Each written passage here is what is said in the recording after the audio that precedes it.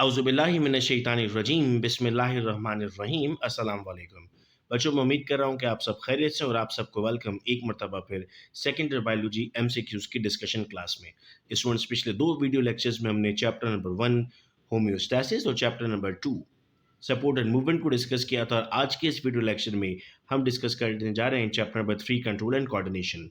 Students, आज हम ये भी देखेंगे कि बुक रीडिंग किस तरह से की जाए और बुक रीडिंग से हमें एमसीक्यूज कैसे सॉल्व होते हुए मिलते हैं। तो आप देख पा रहे हैं कि मैंने हर एक के सामने उसका पेज नंबर भी मेंशन कर दिया और अब हम उन पेज नंबर्स पर जाकर उन आंसर्स को देख भी लेंगे। इससे आपकी बुक रीडिंग की प्रैक्टिस भी हो जाएगी और एमकैट के लिए जो आप प्रिपरेशन करते हैं उसमें भी आपको हेल्प मिलने वाली है। आइए बच्चों, चैप्टर भी रिवाइज करते हैं और एमसीक्यू साथ साथ सॉल्व करते हैं। लिखा है myelin sheath is form by. Myelin sheath क्या होती है सर? न्यूरॉन पर जो आउटर कवर मौजूद है जिसकी वजह से इम्पल्सिस एक न्यूरॉन से दूसरे न्यूरॉन में ट्रांसफर नहीं होते हैं, विद इन द न्यूरॉन रहते हैं, उसे हम नाम देते हैं माइलिन शीट का। याद रहे बच्चों, माइलिन शीट हमारे पास इंटर न्यूरॉन्स में एब्सेंट होती हैं, जो कि इंटर न्यूरॉन ब्रेन के अंदर मौजूद होते हैं। माइलिन शीट की वजह से जो कंडक्शन है वो स्लो होती है, तो जहाँ फास्ट कंडक्शन चाहिए वहाँ पर हमें माइलिन शीट की ज़रूरत नहीं है। एग्जाम में एक नंबर का साइंटिफिक रीज़न आता है why myelin sheath is absent in interneuron. इसलिए एब्सेंट है सर चूंकि वहाँ पर हमें फास्ट मूवमेंट चाहिए। हम सवाल के साथ साथ पूरा टॉपिक ही रिवाइज कर लेते हैं ताकि और भी चीज़ें हमारे जहन में मौजूद रहें। पेज नंबर 66 पे बेटा अब हम चलते हैं, जहाँ पर हमें ये देखना है कि न्यूरोग्लिया के बारे में क्या लिखा हुआ है। अगर मैं यहाँ न्यूरोग्लिया को पढ़ता हूँ बेटा, तो लिखा हुआ neurons in the central nervous system यानी CNS are associated with other type of cell that are called as neuroglia. These smaller cells separate neurons from one another from myelin sheath and are also involved in tropic and phagocytic function। तो लिखा हुआ है कि they form myelin sheath। और अगर मैं एक neuron आपके सामने इस वक्त रखता हूं, तो आप देख पा रहे हैं कि ये जो यहाँ पर ड्रॉ हुआ हुआ बेटा, इसको हमने क्या नाम दिया है?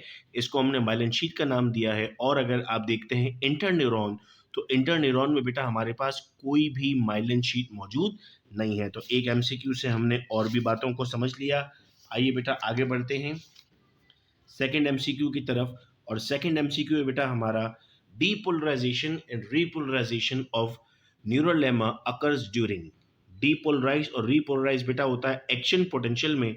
और पेज नंबर 67 की तरफ अगर हम बढ़ते हैं, तो यहाँ पर हम देख पा रहे हैं कि हमारे पास लिखा हुआ है कि सर यहाँ पर डीपोलराइजेशन हो रही है और यहाँ पर रीपोलराइजेशन हो रही है। तो डीपोलराइजेशन और रीपोलराइजेशन कब होती है सर? एक्शन पोटेंशियल में। तो हमने इसका आंसर भी क्या मार्क किया? Action potential.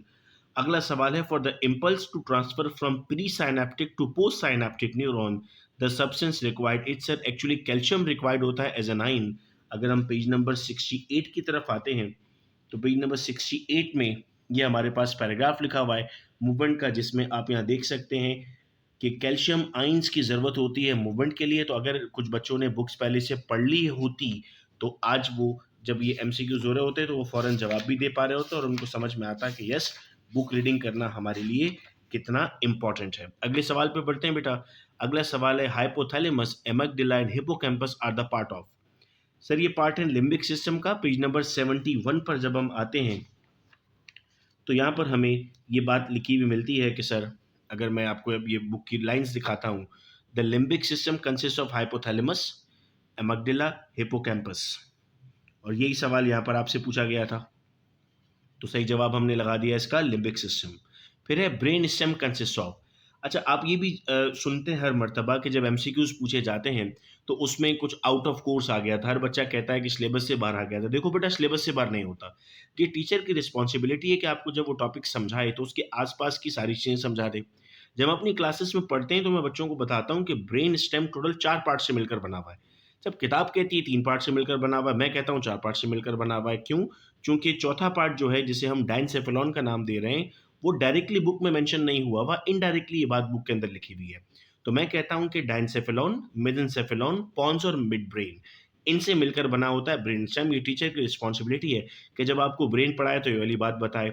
अब डाइनसेफेलॉन के अंदर मौजूद होता है थैलेमस। तो देख रहे हो, इस सवाल का जवाब ढूंढने के लिए हमें दो कॉन्सेप्ट मिलाने पड़े, वरना क्या होगा पता हो? मैं आपको 71 नंबर पेज की तरफ अगर लेकर चलता हूं, तो बल्कि पहले 72 पेज पर चलते हैं। और 72 पेज पे हमारे पास टॉपिक है मिड ब्रेन स्टेम का। देखो क्या लिखा हुआ है, the brain stem consist of mid brain, medulla oblongata and pons. और जो आपके ऑप्शन थे उसमें आपके पास ये तो ऑप्शंस में मौजूद ही नहीं है कोई सा भी। मिड ब्रेन के साथ एमिगडाला है, मिड ब्रेन के साथ एमिगडाला है, थैलेमस, हाइपोथैलेमस और मिड ब्रेन है। पॉन्स और मिड ब्रेन के साथ आपके पास यहाँ थैलेमस लिखा हुआ है, चूंकि हमने कहा ब्रेन स्टेम का पार्ट क्या है, ब्रेन स्टेम का पार्ट है डाइनसेफेलॉन, और पेज नंबर 71 कहता है हमारे पास कि डाइनसेफेलॉन का पार्ट है हमारे पास थैलेमस। ये देखिए, डाइनसेफेलॉन कंसिस्ट ऑफ थैलेमस। तो इसीलिए इस सवाल का सही जवाब क्या बन गया, option number D is the right answer.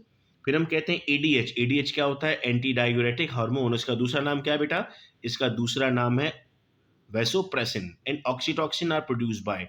Sir ये पोस्टीरियर पिट्यूटरी से बनते हैं। पेज नंबर 80 की तरफ अगर हम बढ़ते हैं, पेज नंबर्स लिखने से ये होगा कि अब आप इसको बुक में ट्रेस भी कर सकते हैं और इससे रिलेटेड और एमसीक्यूज भी आपको पता लगेंगे। तो देखिए, पोस्टीरियर पिट्यूटरी में लिखा हुआ है the hormone release from here are actually stored secretion of hypothalamus, anti-diuretic hormone increase the reabsorption, और फिर नेक्स्ट लाइन में the other hormone oxytocin stimulate. तो कहाँ से रिलीज हो रहे हैं सर, ये रिलीज हो रहे हैं हमारे पास पोस्टीरियर पिट्यूटरी से। नेक्स्ट आता है हमारे पास सर सवाल है, both adrenal cortex and gonads secrete. Adrenal cortex और गोनेड्स इन कंबाइन सिक्रीट करते हैं एंड्रोजन्स। अब हम पेज नंबर 82 और 83 देखते हैं। तो देखिए, पेज नंबर 83 में यहाँ पर लाइन लिखी हुई है द मेल गोनेड्स और टेस्टिस सेक्रेट एंड्रोजन्स। और अगर हम इसी पेज के टॉप पर आते हैं तो यहाँ पर लिखा हुआ है the adrenal cortex also produce another group of corticosteroids called as androgens. तो सवाल भी क्या पूछा गया था, सवाल भी इस तरह पूछा गया था। देखो सवाल मुश्किल है, आपको आज ये सॉल्व करके अंदाजा हो रहा है कि सर किस तरह से आपको आंसर्स को ढूंढना पड़ेगा। The immune system is influenced by. Immune system इनमें से किससे इन्फ्लुएंस होता है। सर पेज नंबर 83 पर ये बात मेंशन की गई है कि थायमोजिन हमारे पास रिस्पॉन्सिबल है इम्यून सिस्टम की स्टिमुलेशन के लिए। थैमस ग्लैंड में होता है। देखो क्या लिखा, घुमा फिरा कर सवाल पूछा हुआ है। देखो लिखा हुआ है it secrete several hormone including thymosin that stimulate the development and differentiation of T lymphocytes. अब टी लिम्फोसाइट्स आपने फर्स्ट ईयर बायोलॉजी में पढ़े हैं, क्या होते हैं सर, ये हमारे इम्यून सिस्टम को स्ट्रॉन्ग करते हैं। तो इसीलिए हमने कहा सी इज द राइट आंसर। फिर सवाल आया बेटा, लास्ट क्वेश्चन है हमारा, नी jerk is an example of. So page number 85 पर ये बात लिखी हुई है कि नी jerk is an example of reflexes. देखो यहाँ पर लिखा हुआ है नी जर्क। तो इन एमसीक्यूज को सॉल्व करके आपको बेटा ये अंदाजा हुआ कि आते एमसीक्यूज तो बुक में से ही हैं, आपको बुक रीडिंग भी स्टार्ट करनी है। इंशाल्लाह अगले वीडियो लेक्चर में हम चैप्टर नंबर 4 के एमसीक्यूज को डिस्कस करेंगे। बहुत शुक्रिया बेटा इस वीडियो लेक्चर को सुनने का। अपना बहुत ख्याल रखिएगा आप सब लोग। अल्लाह हाफिज।